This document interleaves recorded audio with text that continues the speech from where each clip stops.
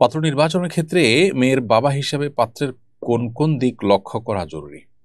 উচ্চ মাধ্যমিক শ্রেণীতে এনসিটিবি কর্তৃক প্রণীত ইসলামের ইতিহাস ও সংস্কৃতি বই নিয়ে সমালোচনা হচ্ছে। এই বইটি একাধিক সাহাবীর ব্যাপারে সমালোচনামূলক রচনা আছে। এই বইটিতে একাধিক সাহাবীর ব্যাপারে সমালোচনামূলক রচনা আছে। সাহাবীর মর্যাদা সম্পর্কে ইসলামের নির্দেশনা জানতে চাই। বর্তমান বিশ্ব বাস্তবতায় মুসলিম রাষ্ট্রগুলো শত্রু আক্রমণের ঝুঁকিতে থাকে। বিষয়টা মাথায় রেখে কী ধরনের প্রস্তুতি গ্রহণ করা উচিত, এক্ষেত্রে কোরআন ও সুন্নাহর নির্দেশনা কি? সম্প্রতি এক প্রবাসী দেশে এসে বিমানবন্দর থেকে বাড়িতে ফেরার পথে সড়ক দুর্ঘটনার শিকার হয়েছেন। এতে তার স্ত্রী, সন্তান, মা সহ পরিবারের প্রায় সবাই মারা গেছেন। ইন্না লিল্লাহি ওয়া ইন্না ইলাইহি রাজিউন। তিনি এজন্য ড্রাইভারের বেপরোয়া গাড়ির চালনাকে দায়ী করেছেন। ড্রাইভারের ভুলে কেউ মারা গেলে ইসলামের আলোকে তার শাস্তি কি? আমার 25 বছর বয়সী ছোট ভাই বুদ্ধি প্রতিবন্ধী। দৈনন্দিন কাজকর্ম যেমন খাওয়া, ঘুম, ইস্তিনজা নিজে নিজে করতে পারে, কিন্তু বুদ্ধির দিক থেকে অপরিপক্ক, ছোট শিশুদের মতো আচরণ করে। যেমন নামাজ পড়তে হবে এটা জানে, কিন্তু নামাজে দাঁড়িয়ে এদিক ওদিক তাকায়। এছাড়া টাকা গোনা, সময় দেখা এগুলো পারে না। নারীর প্রতি জৈবিক আকর্ষণ কাজ করে কি না আমরা জানি না। আমার স্ত্রী কি তার সাথে পর্দা করতে হবে? রিয়া আসাদ আপনি লিখেছেন, যদি রক্তের কোনো সম্পর্ক না থেকেও কেউ ওমরা হজের টাকা দিয়ে হজে নিয়ে যেতে চায়, তবে কি সে হজ কবুল হবে? যুদ্ধের সময় মুসলিম যোদ্ধাদেরকে ইসলাম কি কি বিষয় লক্ষ্য রাখার নির্দেশনা দিয়ে থাকে? আমার বোনের ব্রেস্টে টিউমার হওয়ায় অপারেশন করা হয়েছে। এখন প্রশ্ন হচ্ছে, বোনের বিয়ের সময় বিষয়টা ছেলে পক্ষকে জানানোর প্রয়োজন আছে কিনা? রিয়া আসাদ আপনি লিখেছেন, যদি রক্তের কোনো সম্পর্ক না থেকেও কেউ ওমরা হজের টাকা দিয়ে হজে নিয়ে যেতে চায়, তবে কি সে হজ কবুল হবে? কারোর সাথে যদি আপনার মাহরামের সম্পর্ক না থাকে, রক্ত সম্পর্ক হলেই শুধু হয় না, আসলে মাহরামের সম্পর্ক থাকলে তিনি আপনার সফর সঙ্গী হয়ে হজ বা ওমরা যেতে পারেন বা সফরে যেতে পারেন। আর শুধু টাকা দিয়ে যদি আপনাকে হজ করার জন্য বা ওমরা করার জন্য কেউ হেল্প করেন, তাহলে সেক্ষেত্রে রক্ত সম্পর্কীয় মাহরাম কোনোটিই হওয়া জরুরি না। যে কোনো ব্যক্তি আপনাকে টাকা দিলে তার টাকা দিয়ে আপনি হজ বা ওমরায় করতে পারবেন। কিন্তু তার সাথে যদি নিয়ে যাওয়ার ব্যাপার থাকে, তাহলে সে লোকটা রক্ত সম্পর্কীয় শুধু না, তিনি আপনার মাহরাম হতে হবে, যার সঙ্গে আপনার বিবাহ বন্ধনে আবদ্ধ হওয়া হারাম একজন আরেক জন্য। সেরকম মানুষকে সঙ্গে নিয়েই হজে শুধুমাত্র যেতে পারবেন। অতএব রক্ত সম্পর্ক নাই এরকম মানুষ, সে আপনার অফিস কলিগ হতে পারে, অন্য কেউ হতে পারে, আপনাকে টাকা দিয়ে সাথে নিয়ে হজে যাবেন, এটি আপনার জন্য জায়েজ হবে না। আপনার সফরটা মাহরাম পুরুষকে সাথে নিয়ে হতে হবে। যুদ্ধের সময় মুসলিম যোদ্ধাদেরকে ইসলাম কি কি বিষয় লক্ষ্য রাখার নির্দেশনা দিয়ে থাকে? যে কোনো যুদ্ধে একজন মুসলিম যখন অংশগ্রহণ করবেন, তার প্রথম আল্লাহর এবং আল্লাহ রসুলের পক্ষ থেকে প্রথম নির্দেশনা তার প্রতি যে এই যুদ্ধ হবে আল্লাহর খাতিরে। এটা কোনো জাতীয়তাবাদের চেতনা থেকে বা এটা কোনো অঞ্চলের প্রতি শুধুমাত্র আপনার কমিটমেন্টের জায়গা থেকে হবে না, বা অন্য কোনো উদ্দেশ্য হবে না। যুদ্ধ হবেই এই জন্য যে আমি আল্লাহকে সন্তুষ্ট করতে চাই এবং যুদ্ধের মাধ্যমে আল্লাহর কালিমাকে, আল্লাহর পতাকাকে এটাকে বুলন্দ করতে চাই, জুলুমের পতন ঘটাতে চাই, কিন্তু তার বিনিময় চাই আল্লাহ তাআলার কাছে। এটি হবে একজন মুসলিমের যে কোনো যুদ্ধের ক্ষেত্রে সর্বপ্রথম আপনার লক্ষণীয় বিষয়। সেটি যদি না থাকে, তাহলে এটি ইবাদত হিসেবেই গণ্য হবে না। এখানে জীবন দানটাই আল্লাহ তাআলার কাছে শাহাদ হিসেবে গণ্য হবে না। এটি আমাদের মাথায় রাখতে হবে। আর যদি আমরা আল্লাহর সন্তুষ্টির জন্য, আল্লাহর কালিমাকে বুলন্দ করবার জন্য কিংবা জুলুমকে প্রতিহত করবার জন্য আল্লাহর কাছ থেকে সওয়াবের আশায়, বিনিময় পাওয়ার আশায় আমরা যুদ্ধ করি, তাহলে সেটি ইবাদতে পরিগণিত হবে, সেই জীবনদানটা শাহাদাতের জীবনদান হবে। এর বাইরে যে কোনো যুদ্ধের ক্ষেত্রেই নবী করিম সাল্লাল্লাহু আলাইহি ওয়াসাল্লামের কমন কিছু নির্দেশনা আছে। এর ভিতরে একটা হলো যে তিনি আমাদেরকে যুদ্ধক্ষেত্রেও অমানবিক আচরণ করতে নিষেধ করেন, পৈশাচিক আনন্দ উল্লাস করতে নিষেধ করেন, এবং প্রতিপক্ষের কোনো মানুষ মারা গেলে তার লাশ নিয়ে পৈশাচিক আনন্দ করা, সেখানে কাটাছেঁড়া করা, সেটাকে টুকরা বিটুকরা করা, কিংবা সেটাকে নিয়ে বিকৃত করা, এগুলো সবগুলোই কিন্তু নবী সাল্লাল্লাহু আলাইহি ওয়াসাল্লাম আমাদেরকে নিষেধ করেছেন। তার পাশাপাশি নারী এবং শিশু, বৃদ্ধ এবং বিভিন্ন উপাসনারত মানুষদেরকে হত্যা করতে নবী সাল্লাল্লাহু আলাইহি ওয়াসাল্লাম নিষেধ করেছেন। অতএব সে সমস্ত নিষেধাজ্ঞাগুলোকে মেনে একজন মানুষকে রণাঙ্গনে কাজ করতে হবে যদি তিনি মুসলিম হয়ে থাকেন। আমার বোনের ব্রেস্টে টিউমার হওয়ায় অপারেশন করা হয়েছে। এখন প্রশ্ন হচ্ছে, বোনের বিয়ের সময় বিষয়টা ছেলে পক্ষকে জানানোর প্রয়োজন আছে কিনা? বৈবাহিক জীবনে যদি প্রভাব ফেলতে পারে এরকম কোনো ট্রিটমেন্টের কারণে এরকম কোনো ত্রুটি বা এরকম কোনো বিষয় তৈরি হয়ে থাকে, তাহলে সেক্ষেত্রে সেটা আগে থেকে অবশ্যই জানানো উচিত। অতএব আপনার বোনের বিবাহের সময় এই বিষয়টা আপনার পাত্রপক্ষকে জানানো দরকার।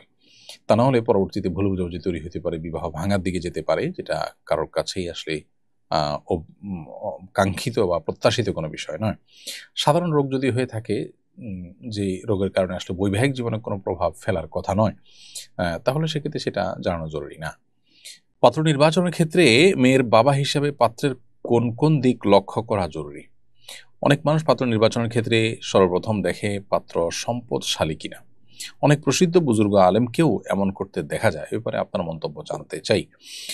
দেখুন, পাত্রের সম্পদ আছে কি, বিশেষ করে সেটা পাত্রীকে আপনার ভরণ পোষণ দেওয়ার জন্য তার উপযুক্ততা প্রমাণ করে কিনা, এতটুকু তার অর্থনৈতিক সক্ষমতা নিরূপণ করাটা দোষের কোনো বিষয় নয়।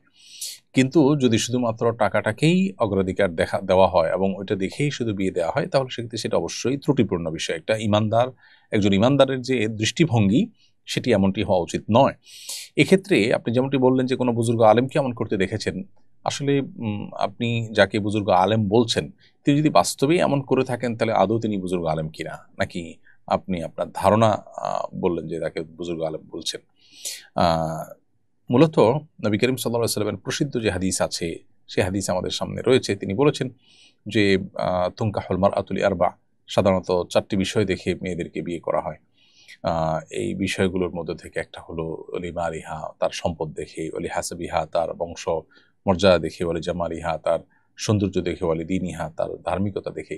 ওই যে বলেছেন ফাসবার বিজাতিদ দিন, তো তোমরা ধার্মিকতা দেখে বিয়ে করে তোমরা সফল হওয়ার চেষ্টা করবে। এই যে ধার্মিকতাকে অগ্রাধিকার দিয়ে নবী সাল্লাল্লাহু আলাইহি ওয়াসাল্লাম বিয়ে করতে বলেছেন, এখান থেকে পরিষ্কারভাবে বোঝা যায় যে অন্য সব দিক দিয়ে কম্প্রোমাইজ করা হলেও ধার্মিকতায় কম্প্রোমাইজ করা উচিত না, এবং এটাকে সবচেয়ে আগে এবং সবচেয়ে গুরুত্বের সাথে দেখা উচিত, টাকা পয়সাকে নয়। তিরমিজির আরেকটা হাদিস আবু হাতিম আল মুজানি রাদিয়াল্লাহু তাআলা থেকে বর্ণিত, যে নবী করিম সাল্লাল্লাহু আলাইহি ওয়াসাল্লাম ইরশাদ করেছেন, ইযা জাআকুম মান তারদাউনা দীনাহু ওয়া খুলুকাহ, যখন তোমাদের কাছে তোমাদের মেয়েদের জন্য বা ছেলেদের জন্য এমন কোনো মানুষ পাবে যে তার আখলাক আচরণ, তার দিনদারিতায় তোমরা সন্তুষ্ট, এরকম যদি পাও ফানকিহুহু, তাহলে বিয়ে দাও। এই যে দিনদারিতা এবং আখলাকে যদি কেউ ভালো হয়, তাহলে সেক্ষেত্রে তাকে অগ্রাধিকার দিতে বলা হয়েছে। এখান থেকে বোঝা যায় যে মানুষের ব্যক্তিত্ব, মানুষের আমল, মানুষের তাকওয়া, মানুষের দিনদারিতা, ধার্মিকতা, এগুলো বেশি খোঁজা উচিত বিবাহ শাদীতে, যেটা আজকাল খুব একটা খোঁজা হয় না। এগুলোকেই সেকেন্ডারি অথবা আরও পরবর্তী লেভেলের জিনিস মনে করা হয় এবং সবচেয়ে গুরুত্ব দেওয়া হয় টাকাকে। হ্যাঁ, আবারও বলছি, এতটুকু টাকা তো অবশ্যই দেখতে হবে যে এই পাত্রীকে ভরণ পোষণের ব্যবস্থা তার স্ট্যাটাস দিতে পারবে কিনা, সেটা দেখাটা দোষণীয় কোনো বিষয় নয়। উচ্চ মাধ্যমিক শ্রেণীতে এনসিটিবি কর্তৃক প্রণীত ইসলামের ইতিহাস ও সংস্কৃতি বই নিয়ে সমালোচনা হচ্ছে। এই বইটি একাধিক সাহাবীর ব্যাপারে সমালোচনামূলক রচনা আছে। এই বইটিতে একাধিক সাহাবীর ব্যাপারে সমালোচনামূলক রচনা আছে। সাহাবীর মর্যাদা সম্পর্কে ইসলামের নির্দেশনা জানতে চাই। সাহাবা ইকরামের নির্দেশনা ইসলামের আলোকে সুপ্রতিষ্ঠিত, সুপ্রমাণিত এবং তাদের যে মর্যাদা, সেটা রক্ষা করা একজন মুসলমানের কর্তব্য। নবী করিম সাল্লাল্লাহু আলাইহি ওয়াসাল্লামের পরিষ্কার হাদিস রয়েছে, আমার সাহাবীরা তারা হেদায়েতের উপর আছে, তাদেরকে তোমরা যদি পথ নির্দেশ হিসেবে গ্রহণ করো, তাহলে তোমরা হেদায়েত প্রাপ্ত হয়ে যাবে। তাদেরকে গালি দিও না, লা তাসুব্বু আসহাবী, তোমরা আমার সাহাবীদের সমালোচনা করো না। অতএব সাহাবীদের কোনো যদি ত্রুটি থাকে, আমরা সেই ত্রুটির অনুসরণ করব না, আমরা বিশ্বাস রাখবো তারা ত্রুটির ঊর্ধ্বে নন। তবে আল্লাহ তাআলা তাদেরকে মাফ করে দিয়েছেন, তাদের প্রশংসা করেছেন, নবী সাল্লাল্লাহু আলাইহি ওয়াসাল্লাম তাদের প্রশংসা করেছেন এবং তাদের সমালোচনা করতে নিষেধ করেছেন। বিধায় তাদেরটা ভালোটা আমরা গ্রহণ করে চলবো, তাদের সমালোচনা জায়েজ নয়। এবং কোরআনে কারিমে আল্লাহ তাআলা সাহাবা ইকরামের প্রশংসা, ভূয়সী প্রশংসা করেছেন বিভিন্ন জায়গায়। আল্লাহ বলেছেন যে মুহাম্মদুর রাসূলুল্লাহ ওয়াল্লাযীনা আমানু মাআহ আশিদ্দাউ আলাল কুফফার রুহামাউ বাইনাহুম তারাহুম রুকআন সুজ্জাদান ইয়াবতাগুনা ফাদলাম মিনাল্লাহি ওয়া রিদওয়ানা সীমাহুম ফি উজুহিহিম মিন আথারিস সুজুদ যালিকা মাসালুন ফিত তাওরাতি ওয়া মাসালুন ফিল ইনজিল কাযারআইন আখরাজা শাতআহু ফাআযারাহু ফাস্তাগলাযা ফাস্তাওয়া আলা সুকি।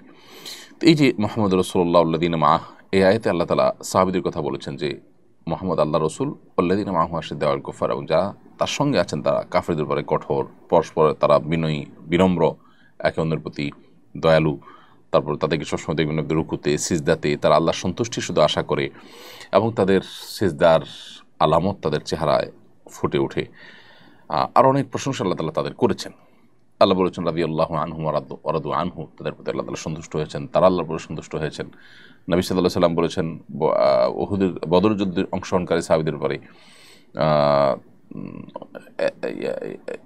মালুম আসে তুম কদ গফারাল্লাহু লাকুম, তোমরা যা ইচ্ছা করতে পারো, আল্লাহ তাআলা তোমাদের ক্ষমা করে দিয়েছেন। এই হাদিসগুলো সবগুলো প্রমাণ করে যে নবী সাল্লাল্লাহু আলাইহি সাল্লাম এর সাহাবীদের মর্যাদা আল্লাহ তাআলার কাছে কত বড়।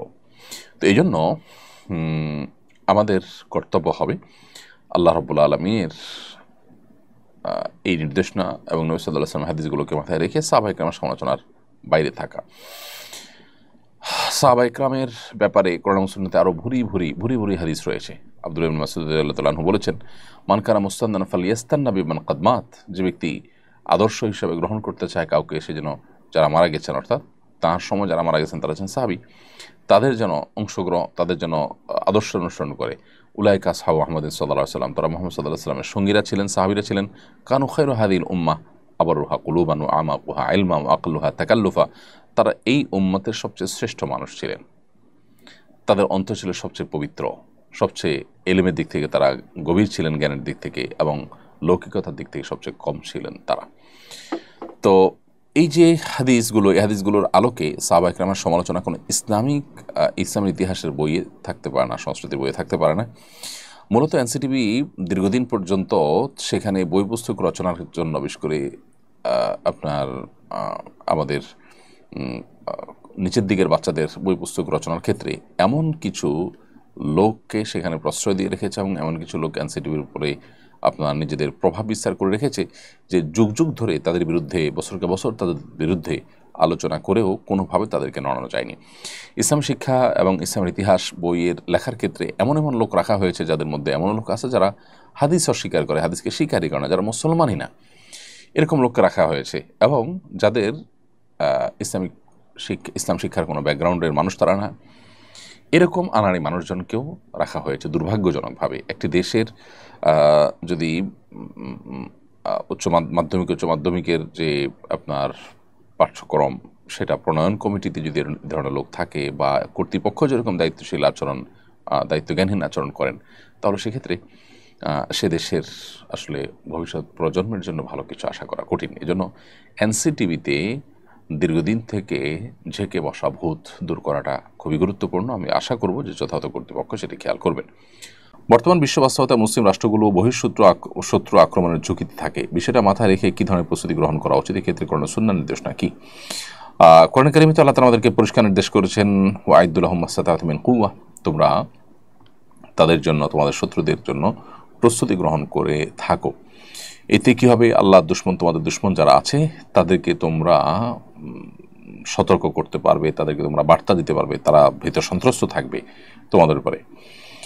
তো এই জন্য প্রস্তুতি গ্রহণ করার নির্দেশ স্বয়ং আল্লাহ তাআলা কোরআনেই করেছেন, এবং এই আয়াতের ব্যাখ্যায় পরিষ্কারভাবে নবী সাল্লাল্লাহু আলাইহি ওয়াসাল্লামের হাদিস রয়েছে, মুফাসসিরিন কিরামের পরিষ্কার উক্তি রয়েছে যে এখানে প্রস্তুতি বলতে আলা আন্নাল কুওয়াতা আর-রামি, এখানে যুদ্ধের প্রস্তুতির কথা বলা হয়েছে।